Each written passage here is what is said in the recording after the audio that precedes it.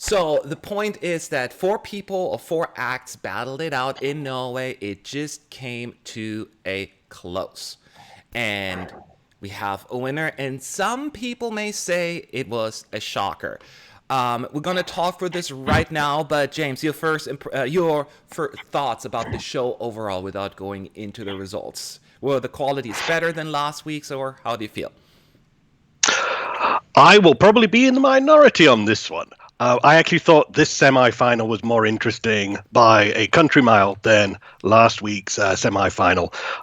Maybe it's because the age there, but yeah, I thought there was a nice bit of variety. You had your two musical acts, and then you had your two sort of very different but modernish acts going up against each other.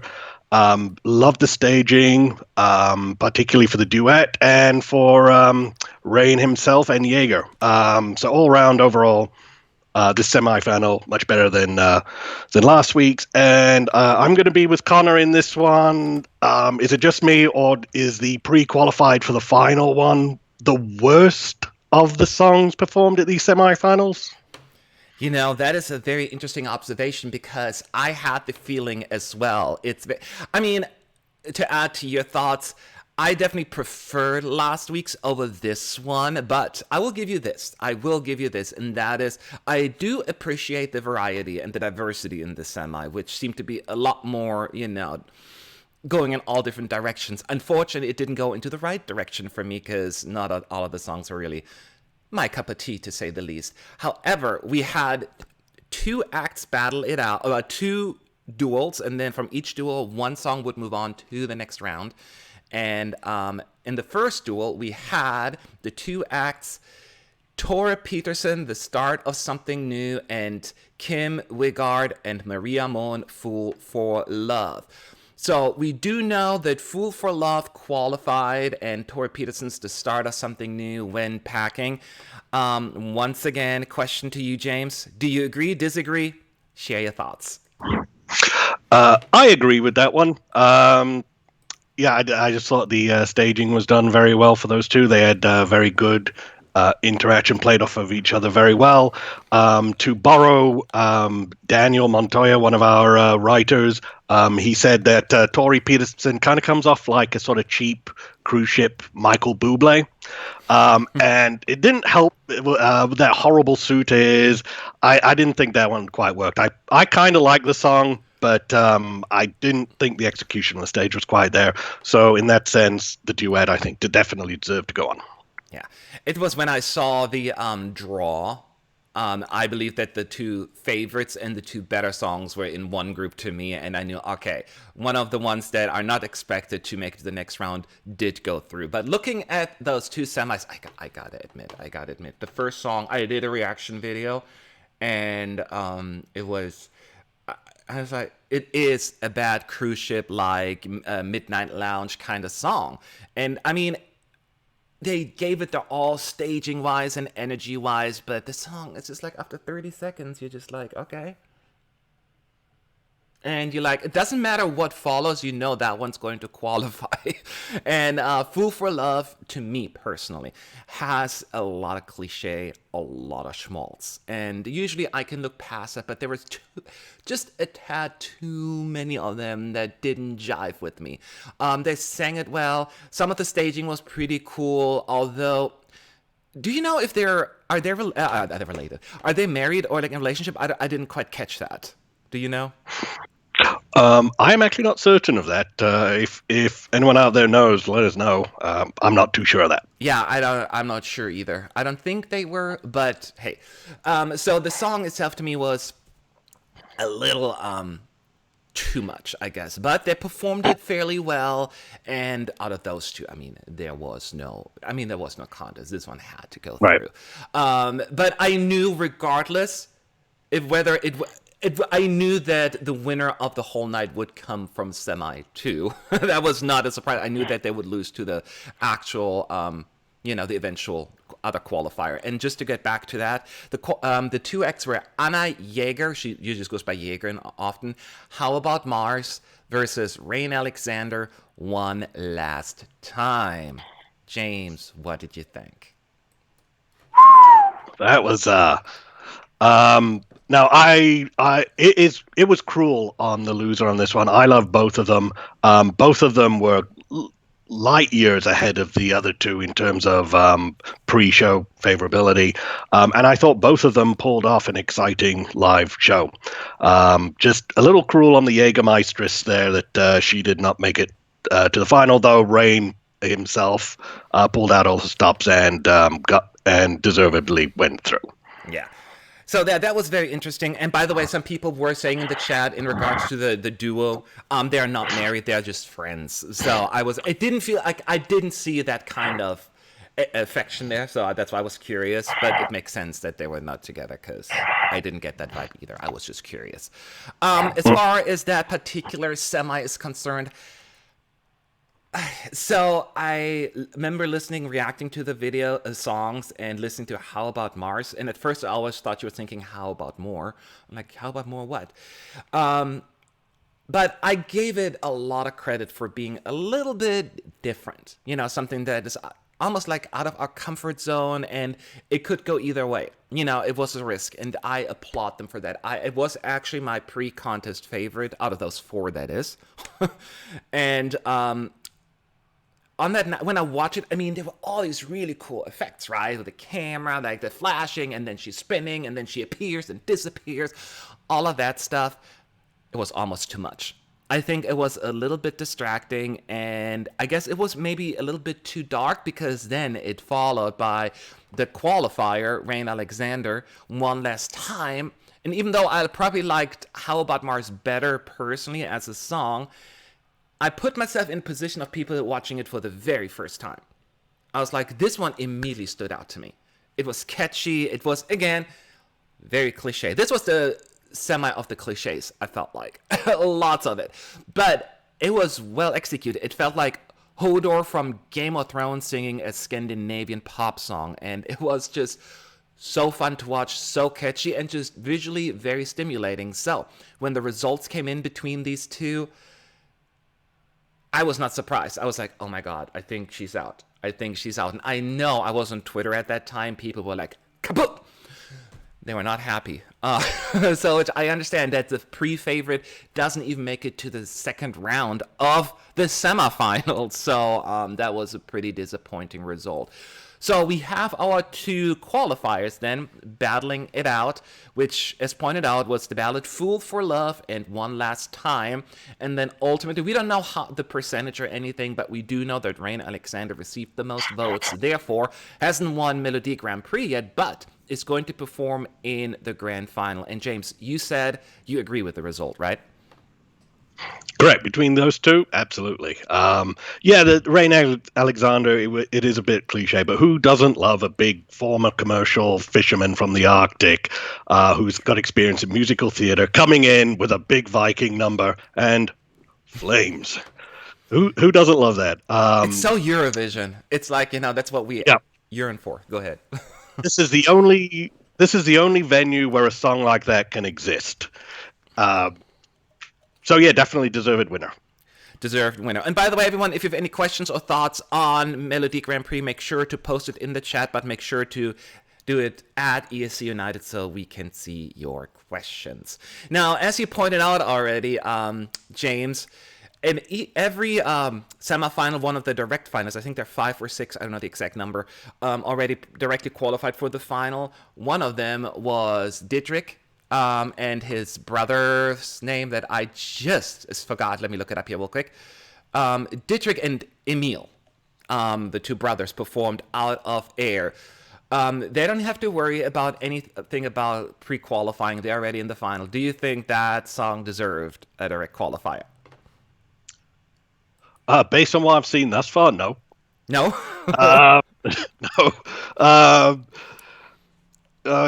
They got to jazz it up or something. It is just dull. I'm struggling to remember it now, and I just watched it like 45 minutes ago or something. It just didn't leave much of an impact. That's exactly how I felt. It's not like it was horribly bad. Like No, they no, just absolutely not. sing it well, they have good voices. And I Yeah, love because you can solely tell that they're brothers. I almost feel like they're twins because the shape of their head is like identical. Like if it's like, are you sure you're not twins? I know what he's younger, Emil, but they're like, oh my god, you guys look so alike. That's so cool. My brother and I, we don't look nothing alike. So that I thought was cool. But I agree, they tried to sing it, but the song became like old baked fashioned kind of thing, trying to be modern, but it's just right. not. It seems though it was chosen internally by a jury. It felt so jury friendly. It's a kind of song that, like the people that chose Sisters last year from Germany would go for that kind of song, that there seems to be a disconnect with the masses. And that is my concern here. So I don't think that's going to do well in the grand final. I don't like the whole concept anyway of having 1, 2, 3, 4, 5, 6, no, 6. 6 acts, I think, already five acts pre-qualified because do you Yeah. feel like that's also kind of like odd that they do that? Shouldn't they do it like Melody Festival, and then if you do a semi, they'll all have to do it?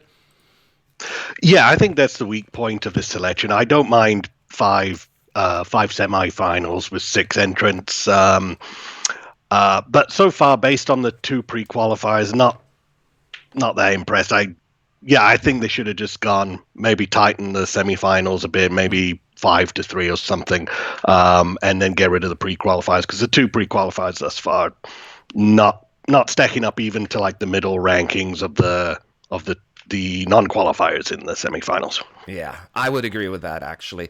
One question that comes from Ray Mapper: what were your personal favorites? I think you, like, out of those 4, what was your favorite, James? Yeah, it was for me. Actually, before the show, it was definitely How About Mars. But just going, if I would just watch it for the first time, I probably would have called in for Rain Alexander as well, only because it was just the most. I don't know. I just felt the most excited about that one. I can't even really put it in words. It was just very interesting to me. So and you watched it last week as well, by the way. Last week's semifinal. Yes. Who was your favorite there? That one, that Feels so long ago. no, it's just I struggled with that. I would probably have to go with the winner, Rayleigh Wild, but there's a lot of problems with that entry that I have, particularly lyrically. Great dance track, fun. She's a charismatic singer. I just can't get over some of the lyrics in that one. Yes. And I get that. Kind of felt the same thing about Wild as well.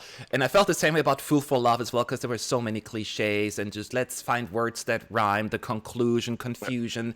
I don't like these that just force the rhyming part and forget the message. But I felt about Wild as well that way. But And did she? Go ahead.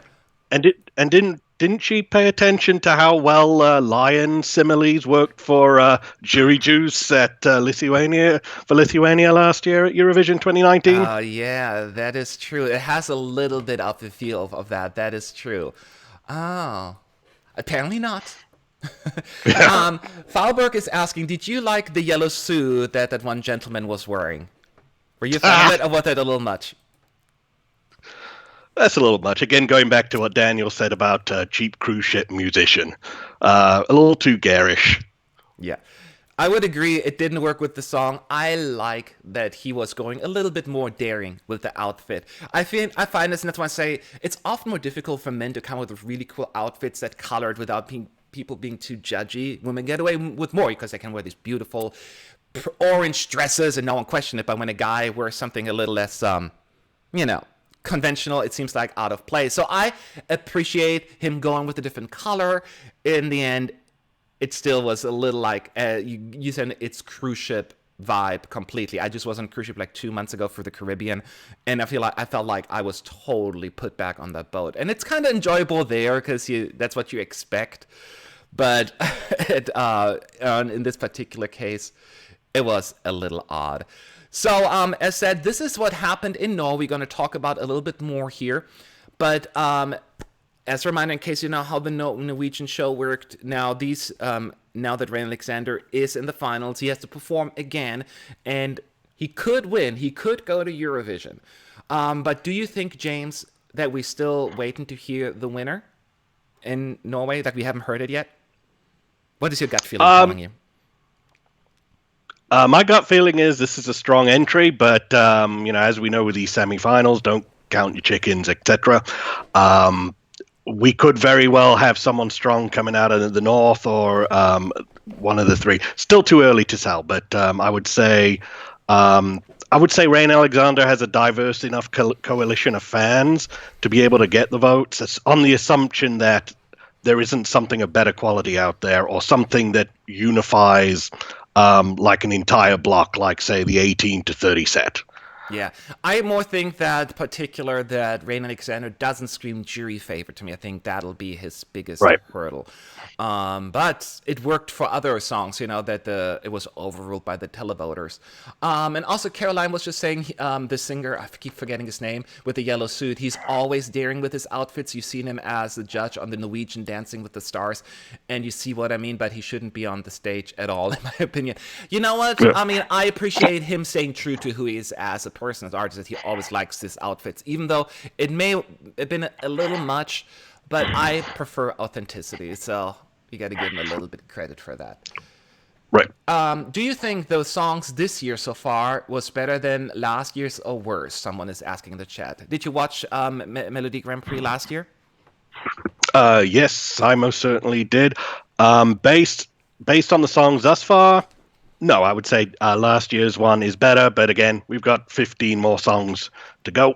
But yeah, even the non-winners, there were some good ones. There was that song that sounded like it was from Ghana. It was a booty song. You gotta love those, even if it comes from Norway. Yeah, so last year was a very strong melody MGP. So I'm not quite ready to judge yet, mostly because we've still got 15 songs to go. Yeah, and that is fair. I kind of feel the same.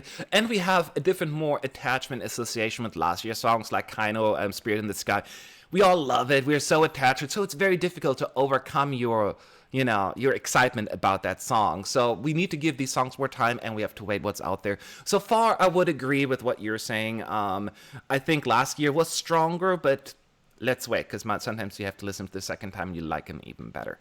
But this is what's happening in Norway. We still got ways to go here. We got 3 more semifinals and the actual finals. So sit tight, everyone.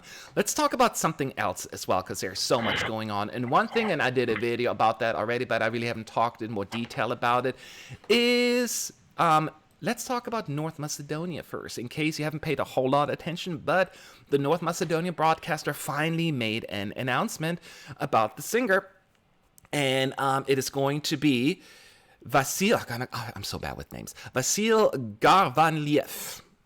But good thing is he only goes by Vasil for people like me, who are really bad with names. He's 35 years old. He's a baritone, and he has already a little bit of Eurovision experience, as he was the backup singer for Tamara Tedesca last year with Proud. He wasn't on stage. I mean, he was like somewhere on the side. I could see him, but he was not on camera. So at least he has a little bit of feel there, and he said, "I'm beyond honored to represent my country at the song contest in Rotterdam, and I can hardly wait to put all of my experience and knowledge into creating a magical journey that will touch people's heart across Europe." So the song will be announced at a later point. My guess is, as usual, closer to the deadline, which I want to say is March 10th, around March 10th. I don't have the exact date in front of me. So hang in there. But James, what was your first impression when you saw the artist? I think you listened to some of the songs. Were you like optimistic, or you just kind of, I don't know if his style works for Eurovision? Oh, I'm very optimistic about this one. If I was a gambling man, I would say the same writing team behind Proud and Mila Moska's Fire that got a lot of critical acclaim at Junior Eurovision. I would not be surprised if that's the same writing team that goes with Vasil. And if it is Vasil and that team, yes. I'm all down for that. Yes, and my hope is that North Macedonia, this wasn't a fluke, the good result of seventh place, that this was like the rebirth, kind of like what the Right. Netherlands did in 2013, that they figured out, okay, this is working. I listened to some of his music as well, and I really like his style. I think for him, I think one of those upbeat songs, he had this one upbeat song, I forgot the name, that was a hit, he was it was really good. It was a little, there needs to be a more sophisticated orchestration and arrangement, but he has the team and the money behind it now. So I Right. do think that they could come up with something really good. I do like his style a lot. And this is Eurovision. It matters the most. It's the music and the song, the staging, but you cannot help but really synthesize it because he had such an interesting, sad journey. You familiar with it, James? What he went through, Oh, right? yes, very, very much so. Yeah, so basically, his family fled from Kosovo in 2002 to the United States. There was some sort of issue with his asylum seeking with the paperwork. I'm not too familiar, not too sure what, but he ended up, him and his whole family ended up actually getting deported from the United States, and his family ended up moving to various parts, Canada and Italy. And what happened was his father died in a car accident. His grandmother died shortly thereafter. He was working himself as a delivery driver for a few years. Then he moved to Canada.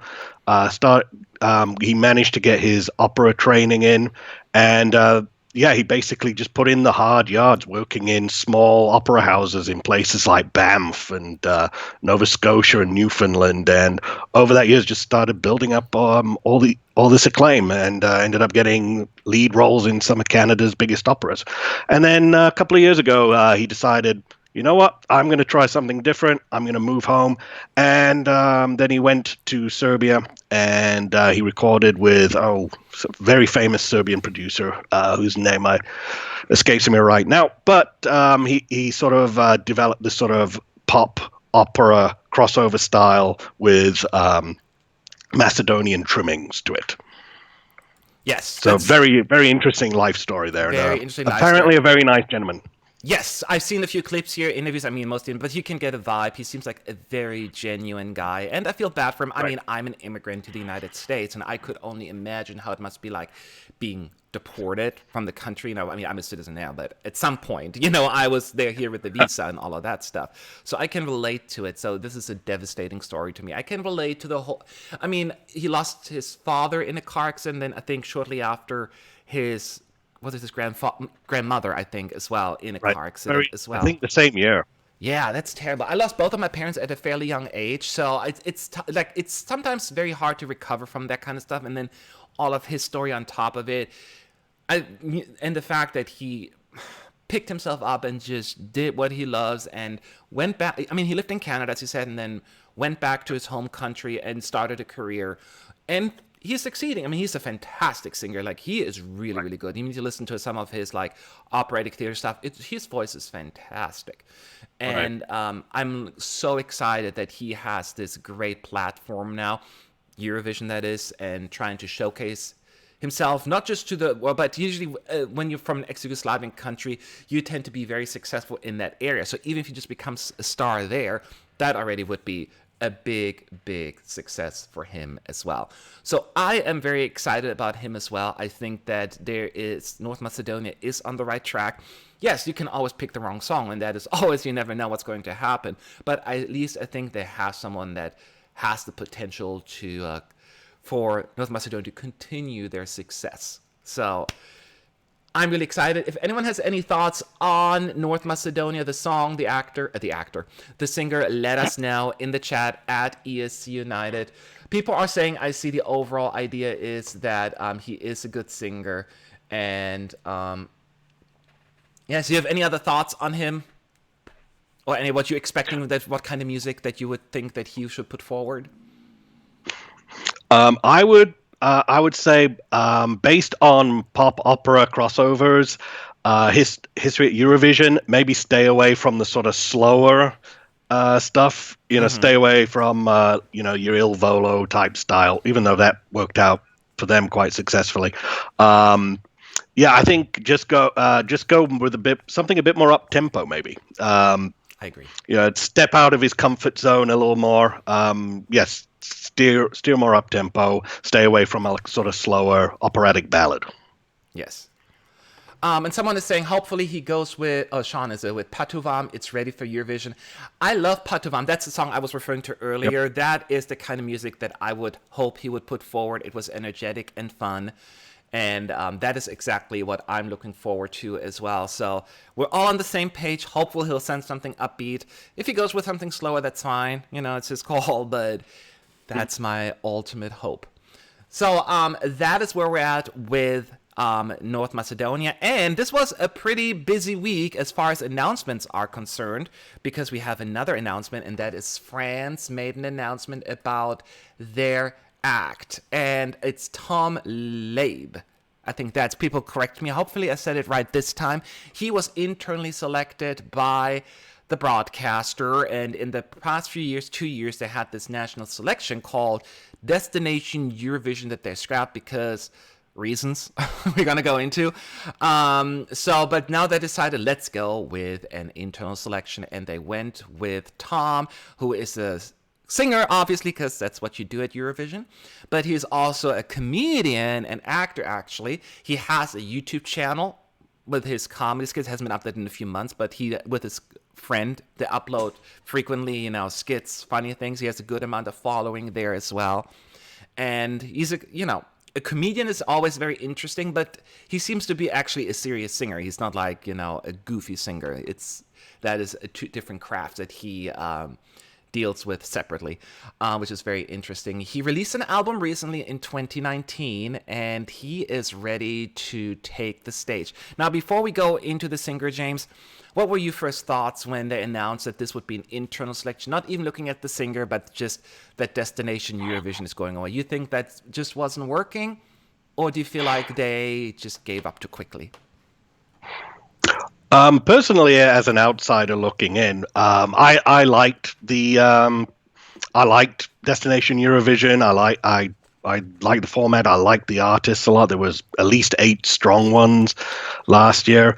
However, I don't know what the ratings were. I don't know if a lot of the internet chatter, the battles between Bilal Hassani's fans and some of the other artist fans, if that sort of influenced the French TV. I forget the channel, the broadcaster's decision to nix it. But yeah, from an outsider's perspective, yes, I would miss that selection because I really enjoyed last year's one. That those 3 ladies who were like kind of doing the Aretha Franklin thing. I forget their name. That was real good. The second place was an excellent ballad, and yeah, I even enjoyed the winner himself. Yeah. I personally was also upset, very upset, when they scrapped the Destination Eurovision, one of my favorite national finals. And I love both years they did it, and that great music. I understand they're saying that the numbers just weren't there, the viewing figures. And the results ultimately were mediocre at best at Eurovision, because they were always just in the mid-table somewhere, 14th or 13th place, and then 16th place, I think. So it's not like to brag about, but compared to what the Big Five is up to these days, I think that's actually a pretty good result for them. But, that's debatable. I personally, even though I never really cared for the winner that were ultimately chosen, there are so many songs that are still on my playlist from France. So I was very disappointed by the decision that they got rid of it. But not much we can do about it. And someone in the chat, actually, I'm going to address it right. Well, not address, but I'm going to answer that. Elodie said, I'm bitter because they chose Leeb due to nepotism. His dad is famous here. He better be a good singer. So, I mean, we have no evidence, but, if you have a famous family member, usually parent, that certainly can help you. And that would be disappointing. Now, I don't know how you feel about the singer, James. I'm not sure how much you've checked out his music. It is very much to me this singer-songwriter route that they may be going here. Me and my guitar kind of style. Yeah. It's not necessarily my go-to genre, so I'm not necessarily thrilled with what I've heard so far. I'm not saying that Tom is not a good performer. I'm saying his music is, I'm not gravitating towards it. So I have to wait and see what they're going to come up with. But unlike with North Macedonia, where it's like, oh, I'm really hopeful. I'm very optimistic. Here I'm a little bit more, let me sit back. grab a little snack and wait what they're going to come up with, because I'm not quite as convinced that I will be into it. Again, I'm not judging it too early, but first impression was a little more, okay, yeah. How about you? Well, I guess if you want to test to see how well a Lewis Capaldi or Ed Sheeran type pop folk act can do at Eurovision, True. he'd be a good experiment there. Um, yeah, and it's always hard to tell how these singer-songwriters will do at Yeah. Eurovision. Sometimes they'll fall a bit flat, like Cyprus's one from 2009. I forget the name. They also wrote the Welsh Junior Eurovision entry last year. But then you bring up Tom Dice, Me and My Guitar, and that one did very well. Yeah. From what I remember, and still has something of a loyal fan base to this day. Don't you dare insult Me and My Guitar on any internet forum. You'll get blasted. So yeah, I've got reservations about this entry because yeah, singer songwriter type pop folk, not really my cup of tea either. Yeah, and don't get me wrong, I do like singer-songwriter when it's done. I mean, it's not as look at Duncan Lawrence in that sense. He's kind of in that. He's not a guitar player. He Right. plays the piano, Yeah. but it's kind of like down that same route. So I'm trying to be open-minded, but my first reaction was just like, I don't know why they went with that route, but they already gave us a few more updates as far as like they already have decided on the song. They had a bunch of different songs that have been submitted, and allegedly he is already working on recording it and doing his thing. James, my question to you is, I think why Duncan Lawrence in particular worked last year is because he submitted his song that he wrote, and the team were like, this is great. This matches the singer and the song. I'm usually always worried that when you have just pick the act, here are 880 songs, pick something that we think works with you, always makes me a little bit more nervous. Do you share the concerns, or are you not quite as worried about that? So you're worried about the songs that are more of a personal connection, or you're Yeah, the worried personal about connection, because often when you throw a song at someone, it's just kind of like, it often flops. Sisters, again, great example from last year. It yeah, just wasn't their song. They just were added last minute kind of thing. And this is a fairly common recurring theme, and that is my concern. oh yeah, very very much so. You can even point to Latvia this week. Marcus Riva, for example, writes a song that touches on how he dealt with the passing of his brother. Didn't make Supernova final. That was a shocker. Uh, Yeah. yeah, that was definitely a big shocker, and you got to feel for the guy because him and Aminata obviously wrote something that was personal to him. He puts his heart out there, and then the jury members just say no. Um, but yeah, in terms of here's the song we thrust upon you, that can go. Yeah, that can also go sideways too.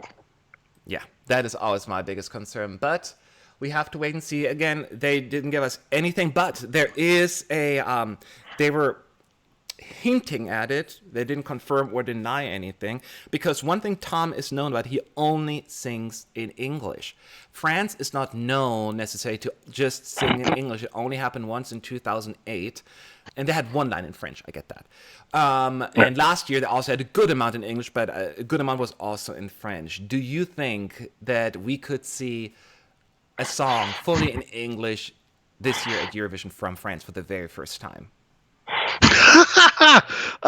If I'd have told my grandmother in 1987 that France has the possibility of sending an all English song, she'd say, "Yeah, when pigs fly."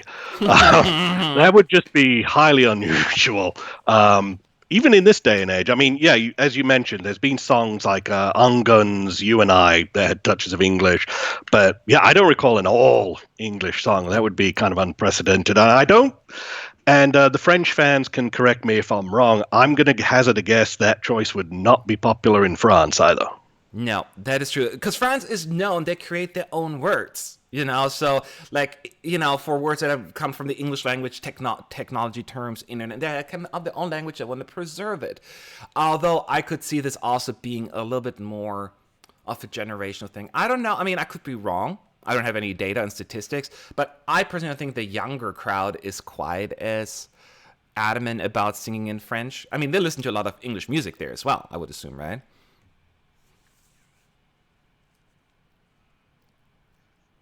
Yeah, you could be right. It could be a generational thing, but there again, the only people I know in France are from different ethnicities anyway. And I mean, look, if they want to sing all in French, that's their prerogative. I'm not gonna not slam them for it, but yeah, it'll be interesting to see what would happen. What would happen with the French public if they decide to go with an all English entry?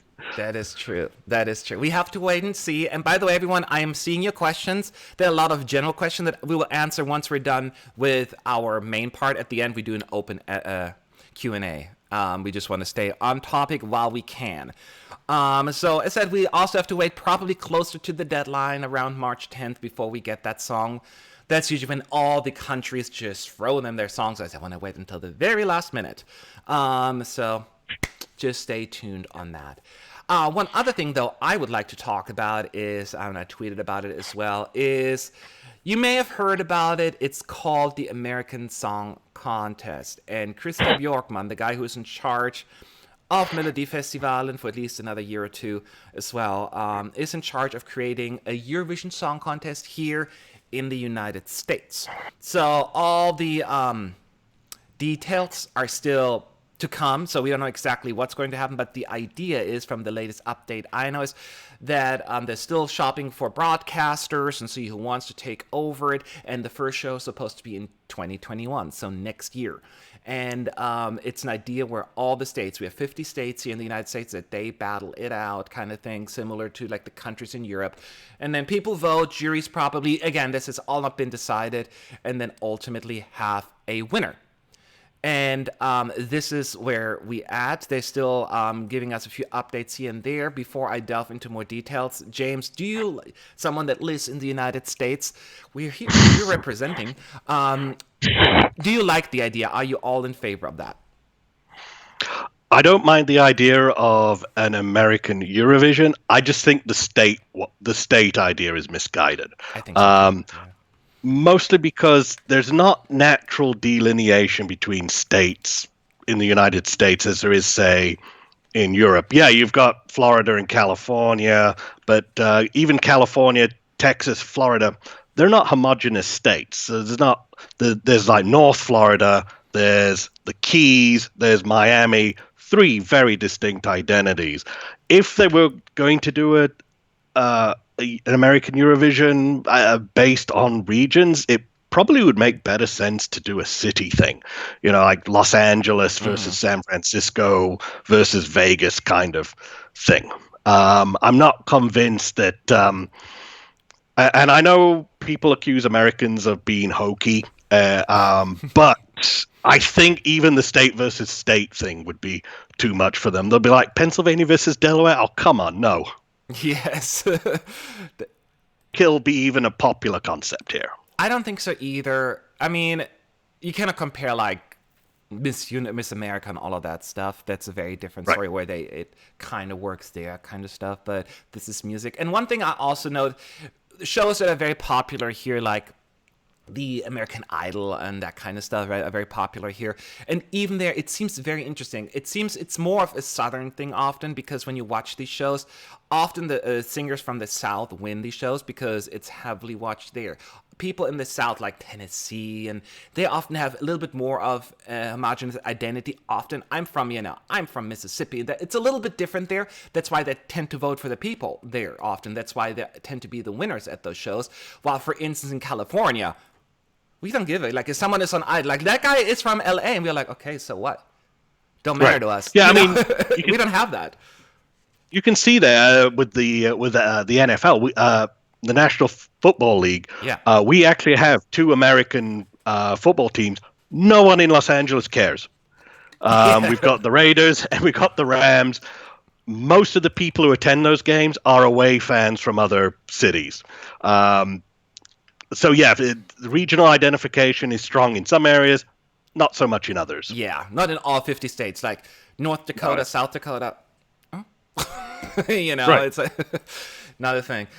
Someone suggested actually before, was it yesterday to me, like maybe more of a Melody Festival and setup actually would work better here, which I can see. I don't know who would take part in it, but it would be less regional thing. So that's why I'm also concerned this whole state setup would fail. It's just not Right. how this country is set up. That's why I think it would make more sense even to have a contest that they had in the past, like 20 years ago, of the Americas, right? If United States is one country and then Brazil is another, and like that would maybe be a different story, because then America is also one country and we all be like USA, USA. So as a country, it would be a little bit different there.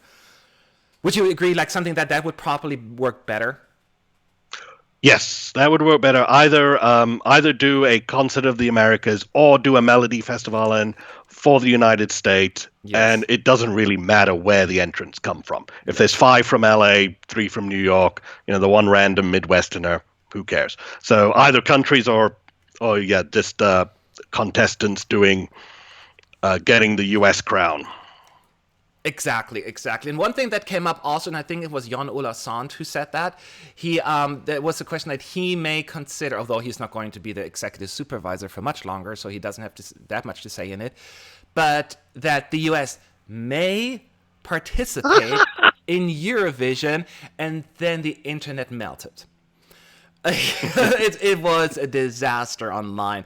But he said, just to give a little bit more context, saying that it's not going to happen right away. They just want to first see how the concept would work that they're trying to work on in 2021 in the United States. And I guess what he is insinuating is that if it were not to work, like it flops, that then instead they would invite potentially, I need to be very careful here that people don't get too upset, to the actual Eurovision, the European Eurovision, or the EBU Eurovision, before people get mad at me. Not all countries are European, I get that. So, James, before we go into the details, what are your thoughts when you heard that? As someone who lives in the United States, we have our bias maybe, but let's be honest. It's a night of honesty. What are your thoughts? All right, first off, I think Jon Ola Sand missed his career as a troll. And he said that, I thought, no, is he just doing this to wind up the fan base a bit? Like, did he think people are being a little too quiet about Eurovision? On his way out, it's just like the middle finger, just like, see ya, bitches. Yeah, let me just toss this grenade in here while on my way out. Yes. Yeah. As for USA and Eurovision, now one of my pet peeves about Australia being in Eurovision, and before you say anything, I don't have any problem about Australia being in there. It's actually the people who still to this day complain about Australia being in Eurovision. Mm-hmm. And, I always take the line of deal with it. They're here to at least 2023. They're there. So in that sense, I don't really care who enters Eurovision, mostly because people this is a contest where most of the fan base criticize corrupt rules, corrupt national selection, but yet we can't let foreigners in. It just doesn't make sense. I personally don't care if the USA enters and we bring our buddies Mexico and Canada with us. Will it happen? Probably not. I probably doubt it, mostly because I don't think people here care enough. The viewing figures for Eurovision, the last time it was shown on US TV, were pitiful. It was something like 76,000 viewers tuned in to Logo to watch it. And I think Americans in general take the view of, well, we make the best music in the world anyway. We don't have anything to prove in this contest. Yeah, true. That is true. And that's one thing, I do feel as we are very competitive here in the United States, and we have, let's be real, we have the biggest music market in the world. Like when you go to any country and look at the charts, you see US artists everywhere there. So if we were to end up in 15th place at Eurovision, people would be like not going to watch it anymore. We would need to be up all the time. And it sucks to hear that, but I am being reasonable. There's a reason why we don't watch World Cup. Some people, it's getting a little bigger, people get a little bit more excited, but overall. Well, we watched the Women's World Cup. Yeah, because we win all the time. That is true. Yeah, we That is crush much bigger everyone. here. Yeah. So it is, we're all competitive here. So I don't think unless we would do really well all the time, it wouldn't work even in the long run either. But we all know what it is we're talking about is about the money here. And one thing I want to add also, I'm also not a traditionalist when it comes to Eurovision. I think the contest has evolved from 1956 to where we are in 20. Gosh, I'm living in the past. I almost said 2019. So it is not the same. And yes, the rule is the EBU broadcasting area, and Australia came into the mix. And I personally was not even that opposed to Australia, even though I was surprised. I didn't like the way they did it, like last minute. Here they are as a guest, and they will only do it one time, and one time only. I'm like, stop shitting me. And like, don't. I'm not falling for it. You know they're here for good. Just say they're gonna stay. So Half the animus against Australia has to do with that introduction. It was the introduction of Australia to the contest was so poorly handled. yes, very They much should have so. just said, "Here's Australia. They're going to be here for a few years, singing 'Have a nice day,' and just left it at that." Instead of, as you say, this 1 year guest thing, and then the next year, we're back. Yes. I think that did rub the fandom the wrong way, and I can see that part of it. And Yeah, yeah, some they should people have for just sure. introduced them. Correctly. Some people will always be against it. I get it. Especially the older generation. I hear a lot of my co-workers, the parents, are always against Australia, right? No matter what. Like, the song can be good. They're like, it's Australia. They're not in Europe. Some people will always have that hang up. But I think the majority of people are fine with it, especially as time progresses. Now they've been in the contest for 5 years.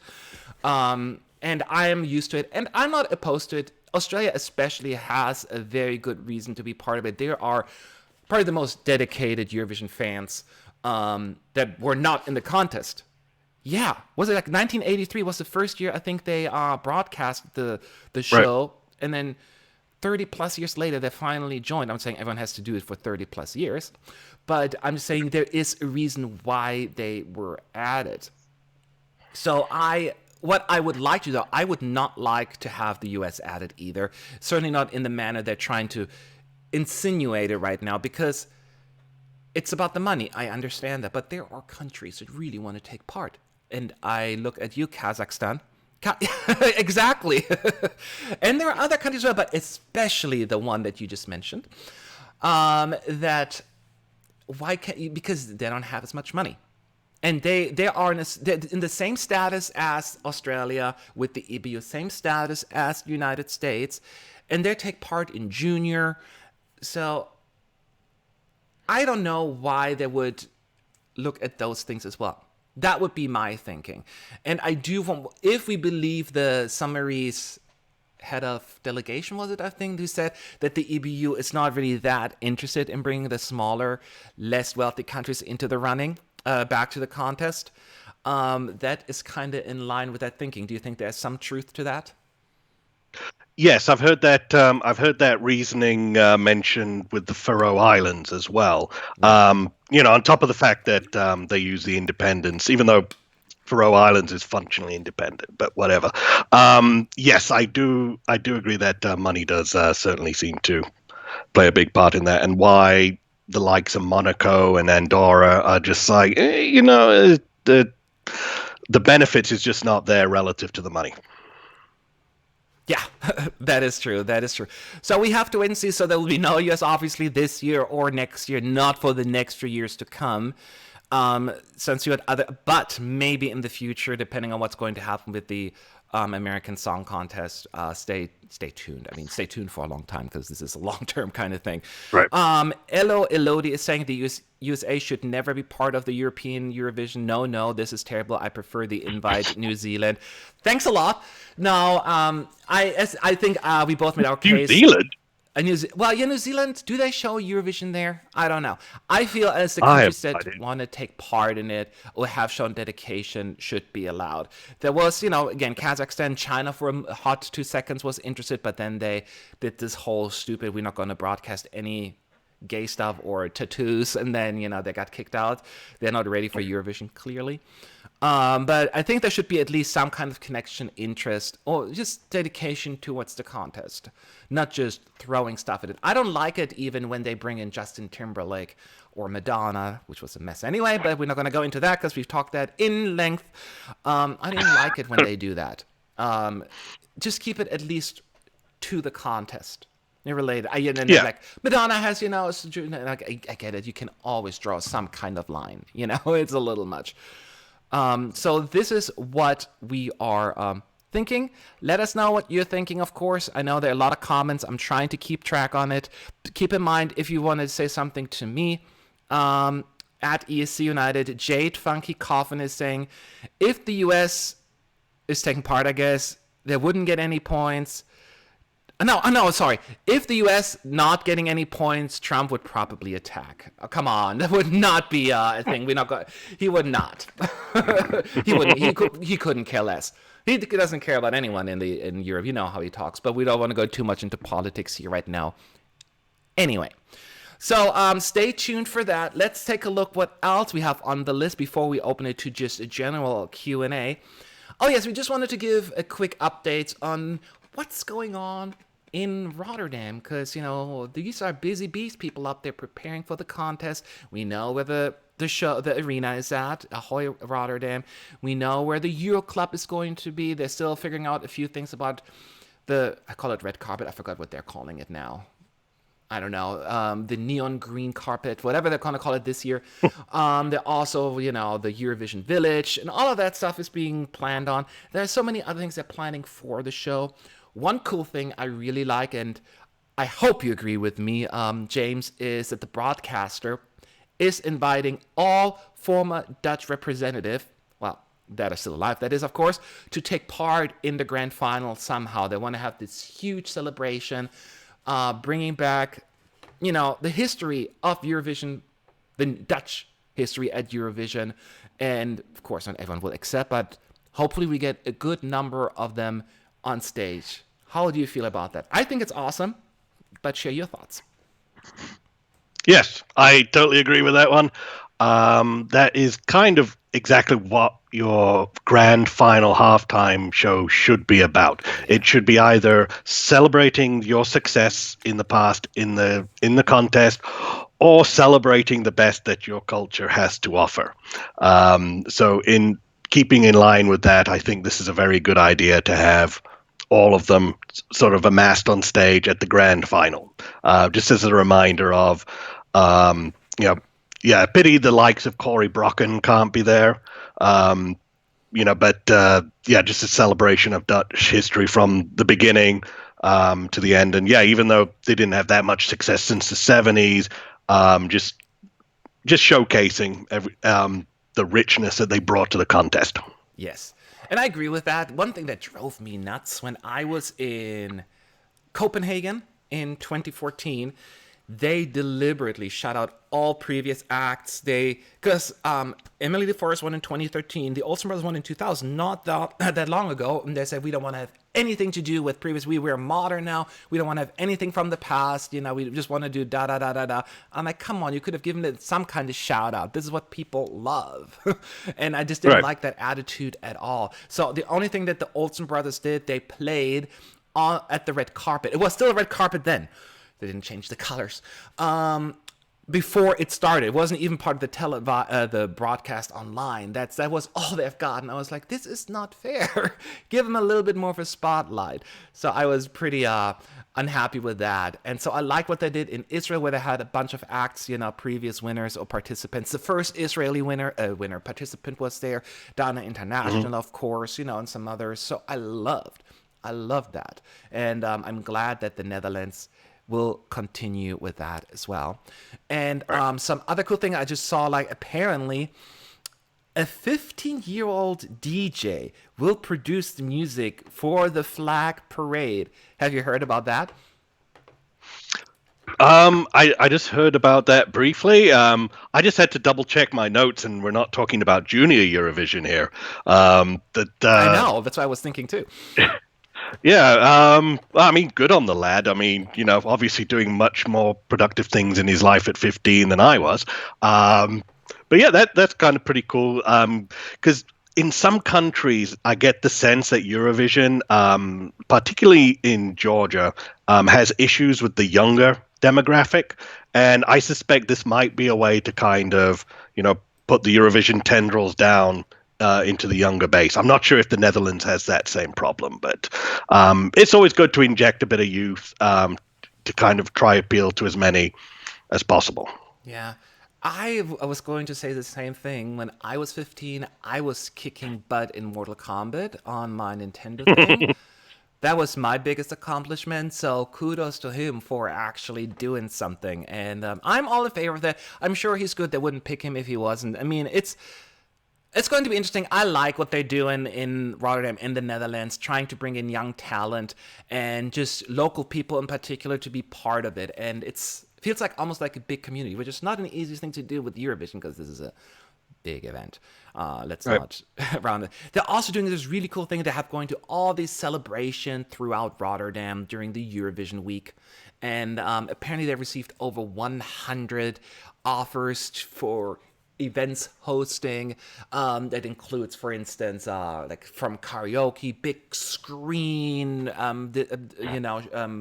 events where you can watch the show or some other thing, bars, games, all of that stuff. So it's pretty cool, huh? What do you think, James? Yeah. Oh, definitely keeping it festive as well. That's always good to keep it festive for the fans who actually do show up there. Obviously, us 180 million suckers who can't go there won't get the benefit Sorry. of that. But for the 20,000 and you guys, yeah, that would definitely be a pleasant surprise. Also, as well, I heard with the Dutch, they're also inviting young classical music performers. To perform on one of the nights as well. I don't know if you heard about that one. So I have keep it in. not. Yeah, so I think it was last week or the week before they put out a call for young musicians to play to submit resume, the musical version of a resume demo, I guess, to Avatros to perform in an orchestra in one of the events. I'm not sure if it's the final or not. Yeah. Well, we shall see. But it's good that they're really trying to get all these people involved. So I'm excited about that. These are the updates we have right now when it comes to hosting Rotterdam. Did I miss anything right now, James? Or I think we covered it, right? For this week, I think that's it. Yeah. Yeah, there will be more next week. Don't worry. I feel every week's going to be Yeah. busy now, so don't you worry. Just before we open the Q&A session, just want to make sure that everyone checks out. I'm not going to spoil everything. The Slovenia results are in. By that, I mean there were 2 more finalists chosen tonight, and they have the full lineup. And check it out. I don't want to spoil it for you if you haven't seen it yet. That happened. Lithuania, another round has concluded as well with some more qualifiers. Check that one out as well. Again, no spoilers.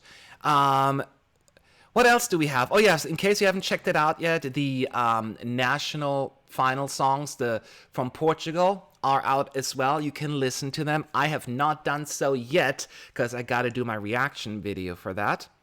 And but Festival de Canção, which I'm hearing is a good selection, but that's all I heard. So take it with a grain of salt. So that is what we have. And what else do I have? Apparently, I should have mentioned that with the whole America thing. As you know, there's going to be a Netflix movie coming out sometime this year. I wonder if it's going to come out around Eurovision, I wonder. I would feel that's what they're probably going to do. With Will Ferrell, where he's going to represent in that movie Iceland at the contest. And I know Pierce Brosnan is in it as well, who's going to play the prettiest man in Iceland. That's kind of funny to me. And apparently now since they're going to use Iceland as like the plot base, they are going to sponsor Iceland's participation at the contest, which is really cool. Hey, come on. And the timing couldn't be any better because apparently the Icelandic songs are also out that for you to listen to. They leaked on Spotify. I'm not sure if they're still on there, but I think they were supposed to be released anyway. So you maybe got them a little sooner. So this is also what's happening. So make sure you check out Portuguese music, check out Icelandic music, check out Lithuania, and who did I just say? Slovenia. So, and all the Latvian finalists are also known. So I have a lot of work to do. I have a lot of work to do to listen to them all. So the videos are coming. This now is your chance to ask your questions in the chat. If you've done so already, forgive me, but there are so many questions that are coming in. I'm jumping back and forth. So add ESC United in the chat. Lily Loves is saying, do you think that the Dutch are angry that Israel did an orange carpet? Ha! Properly. Do you remember, James, what the color the Dutch are using now? I forgot. Did they say blue? I forgot what it was. Oh, I don't know off the top of my head. Yeah, me neither. I don't know. It's definitely not red or orange. Yeah, I was thinking about that as well when the first was announced. Like, well, do we have 2 orange carpets in the row? But maybe they don't want to be that predictable. Do you let's see here. Vin Vans de Giesen said, do you know how to get a press card? When you talk about press card, you're talking about accreditation. You need to work for a major news outlet. You can inquire, contact them, or you need to have like a news website that is dedicated, like community websites like ESC United, Weevy Blogs, ESC Today, and then they will check your numbers. Of course, they're not just going to give like here accreditation for everybody. You have to show your numbers and show them what how much you contribute, and then they allocate them. So you can work for a website and ask them, hey, give any, but honestly, it's difficult to get because everybody wants to go. So you need to work somewhere in the press and see what you can do, or contact some media outlet to see if you can go on their behalf and report for them. Oh, thank you so much, Eurotowley, for your super chat. Let me read that. Matt, long time. You weren't here last week, but yeah, no time. We're back all the time, every week, at least once, so don't worry. Hope you had a great holiday. Have you heard Sasha Boknibov attempt for ESC 2020 Big Brother? It's interesting. Oh, and of course, Kappa Koela from Estonia National Final, the singing sausages. I have heard Kappa Koela, and I knew when I listened to the song that you would like it. I know, it's probably your kind of song. It's not my kind of song, so I did not. It's a little much. It's probably not even my least favorite in the running. Or maybe it is. I don't even know, but it's not for me. But I've listened to it. It's just a little much. I have not listened to Sasha Boknibov songs, though, so I cannot comment on that. How about you, James? Have you listened to those 2 songs?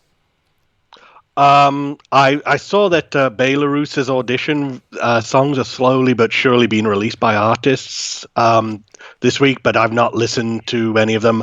Michael Soul, who entered last year with Humanize, and also wrote Vetra for the Belarusian Junior Eurovision Natural Selection. He has one out, but yeah, I have not checked out that one. Since one of your biggest fans is a fan of the singing sausages, no comment. That is okay. We appreciate honesty, but yeah, I'm kind of with them that it's like, it's not high up on my ranking. But hey, you're allowed to love what you love. That's the beauty about Eurovision. Okay, yep. Fabio Cunha is asking, do you know if the film will be like, is generally Eurovision, or will it be just like a story about some contestants? Now, I don't know what you know, but my understanding is it's basically about Eurovision and following the Icelandic act played by Will Ferrell and somebody else. I forgot right now who else it was. Yes, that's right. That was her.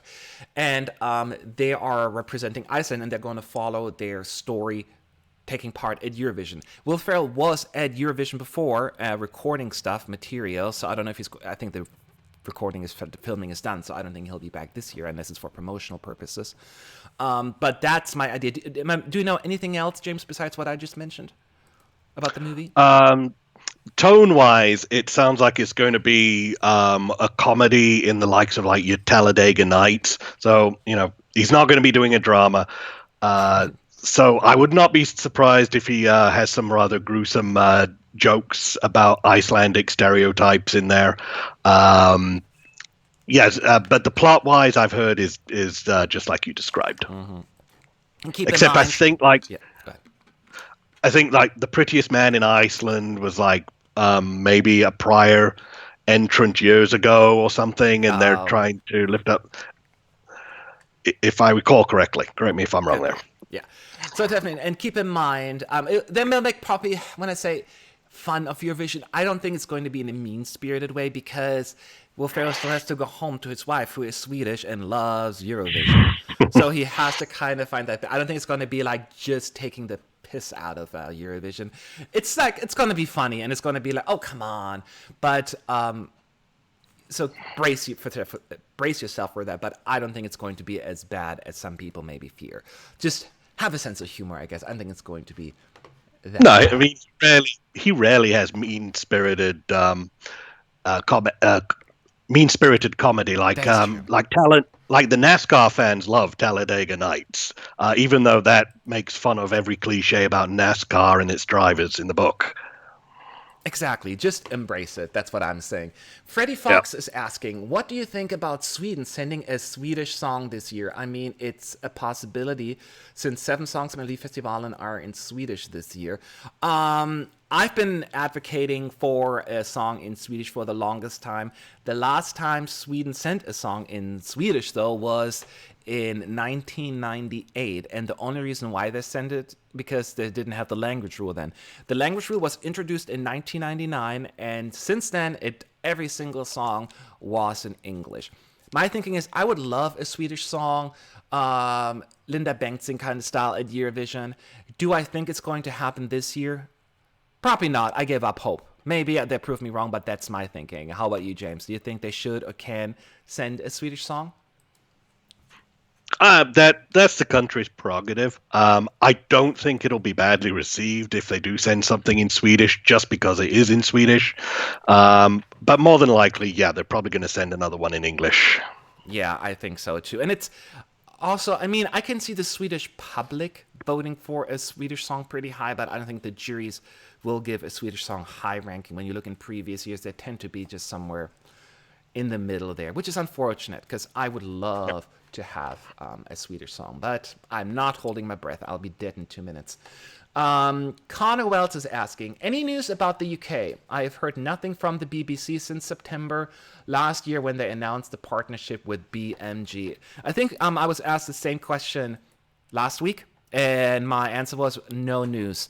So I think that still applies right now. They're just very quiet and just doing the thing behind the scenes. Do you have any other updates, James? I think that's all we have. All we are seeing online is people looking at Universal BMG UK's artist roster and saying, "Hey, why doesn't he go? Yeah, let's send Boy George. Let's send whoever else is on this Bonnie roster." Tyler, Engelbert Humperdinck. Yeah, that's all we're seeing. It's just rumors and wishful thinking at this point. Yes, agreed. So no, the answer is no news yet, and that is always very concerning to me as well. Same with Germany, where they're just like, we're going to make an announcement at the end of January, meaning you have no idea what you're doing. Got it. Kyle Koala is asking, is Billy the Fire Extinguisher gonna be at 2020? I would love to see him in my country. Yes, of course. Actually, oh no, I put him away. He's somewhere in that pile over there that I cannot just grab right now. But he is sleeping over there to my left right now in my work pile. So, in case people are wondering, what are you talking about? We have our little unofficial mascot, Billy the Fire Extinguisher, who was born in 2017 in Kiev, Ukraine, when we were live streaming and we're sitting behind a wall, and there was always a fire extinguisher between me and Sean, and he became the star of the show, and his name was actually Billy, and we drew a face on him and put an accreditation pass around him and a hat, and then we got into trouble from security, and we were like, okay, fine, whatever, we'll do it anyway. And so we brought him back, over the years. So yes, every year we'll have him, and you can expect him back in Rotterdam as well, of course. Of course. And we got some really cool artwork. You can find it on our Instagram page as well. So that's going to be also very interesting. Some really creative artwork, I must say. You saw it? Yeah, it's pretty good. Yeah, somebody did an entire comic series about Billy going to Israel, and it was actually quite exquisitely done. It's amazing. Very creative minds out there. It's amazing how talented some people out there, the people who watch us. I cannot even draw a stick man, just like, I'm like the worst when it comes to drawing. When Pictionary, I will never ever play because I always lose. So I'm really bad at that. So I envy people who can actually draw. So let's answer a couple more questions here. Radoslav Tsanev is asking, what are your hopes for Bulgaria this year? Are you happy that Bulgaria is back? James, I heard you're very sad that Bulgaria is back, right? No. Of course I'm happy Bulgaria is back. Who isn't happy that Bulgaria is back, to be honest? Yeah. And who about the singer? Do you have any hopes? I mean, we know who's going to represent them, like Victoria's her name. And as far as like the music is concerned, any thoughts? What are your hopes? This one's kind of more of a wild card in terms of guessing what you're going to get. Like when when we first heard of Polygenova coming back for Bulgaria, no one had any idea that she was going to come back with something like "If Love Was a Crime." So I think Victoria's kind of a wild card in that sense. You don't know what you're going to get this year, but I'm optimistic based on the performer and her history. Yeah. And just like Netherlands, Bulgaria had that rebirth at Eurovision, where they just did not well for 500 years, and then they just came back with, Polygenova and qualified, almost won in 2017, qualified again in 2018. Granted, they had to sit out because of money last year.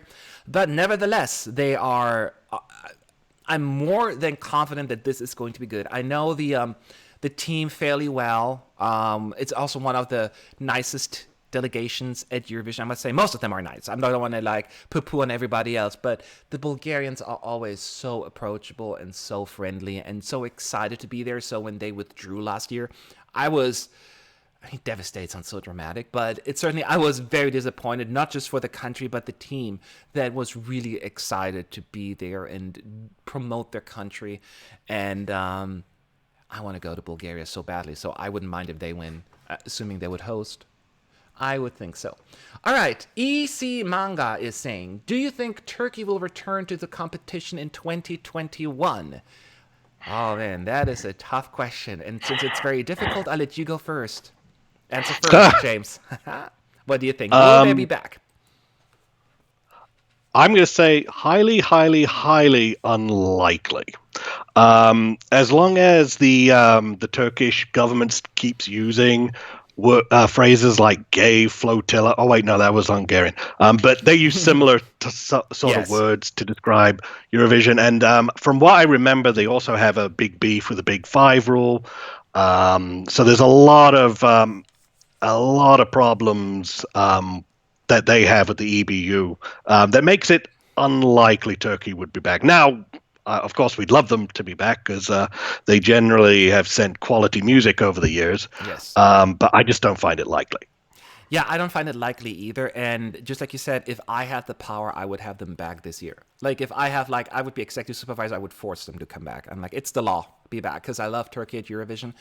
And but that's not how it works. As James correctly pointed out, I do believe also it is a political issue there as well. As long as the current government is in charge, it'll not be the case. And the longer they're gone, the less likely it'll be for them to return as well. It's unfortunate with that kind of rhetoric that they're using. Yes, they use different excuses. I don't believe necessarily the Big Five. It's true they're saying the Big Five is one of the reasons. I don't believe that's the case for them, really.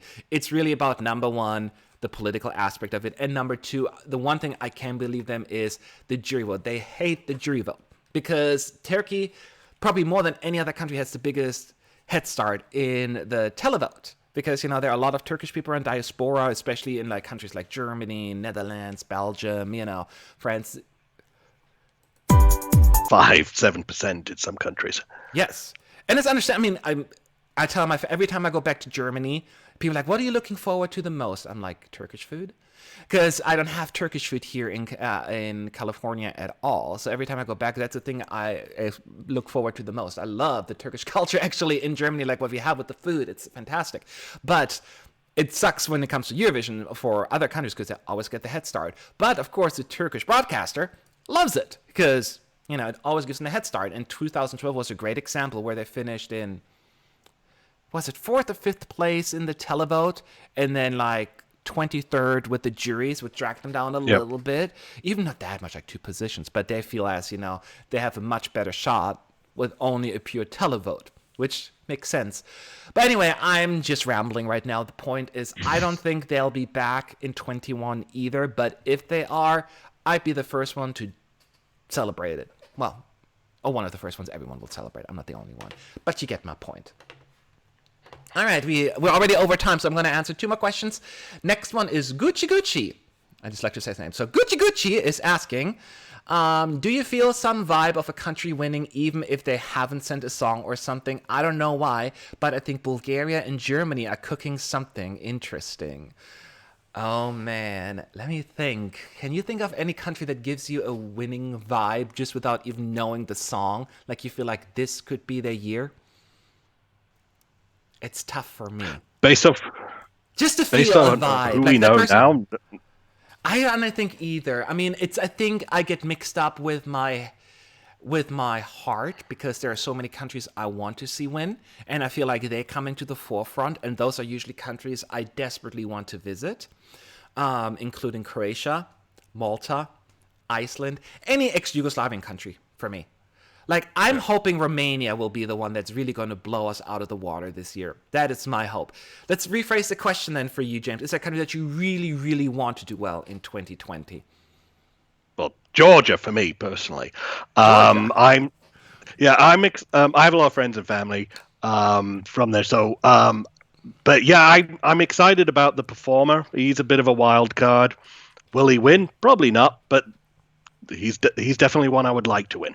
Yes, and Georgia I love as well because they just go all out. They don't play it safe. And they just don't care what the rest of Eurovision thinks. It's like, here's a polyphonic choir. Yeah. Have at it. And I love that song, but I know I was the only one. And but that kind of, it happens. That's why I appreciate them. And sometimes I wish people would be a little bit more daring. It doesn't mean I enjoy my good old-fashioned bop and banger every once in a while. She Got Me was fun in the end. I get that. But I do like a little bit more of daring music. Freddie Fox is asking, which Eurovision stage do you think are the best of all time? My favorite by far is Stockholm 2016. The stage made every act powerful and amazing. Which one do you like, James? Let me go first because I have 2. Yeah. And then you can think. I agree. I would put 2016 in there as well. 2016, the staging was just fantastic. Every act looked different. And the camera work, the effects, the LED, it just worked so well. But I also loved, I must say, the German one, Düsseldorf. They had this big-ass LED screen, and it was huge, but it worked so well with the camera work, and it made it look so grand. And I loved that one. So those were probably my 2 favorites. So, had you had some time to think about this, James? I'm not one of those Eurovision fans who does rankings of stages. Connor would probably be the one to ask about I don't that. usually either. But I do agree that 16, certainly the best of the decade. Would it? So I agree with the Sweden 2016 one there. 2016 seems like there's a calm consensus here about this one. So, thank you, everyone. We have been already way over time. I tried to stick around an hour. We're already almost an hour and a half here. So, James, thank you for joining us. You'll be back soon, promise? Yes. Yep, whenever you need me. All right, that sounds like a plan. And we'll be back definitely next week with the next Mattitude live stream. And we'll have also some of them throughout the week in the near future once we have all the national finals. So stay tuned for that. And the best way to do that is to make sure you subscribe to our channel so you get the notification when we're live. Because otherwise, you just have to hope you'll figure it out when we are. And make sure I'm on Twitter, Matt, ESC United, or at ESC United if you just want to follow our official one as well. And yep, that's all we have for today. Thanks again for watching, everyone. Have a good day. Have a good night. Have a good whatever. I'm so out of here.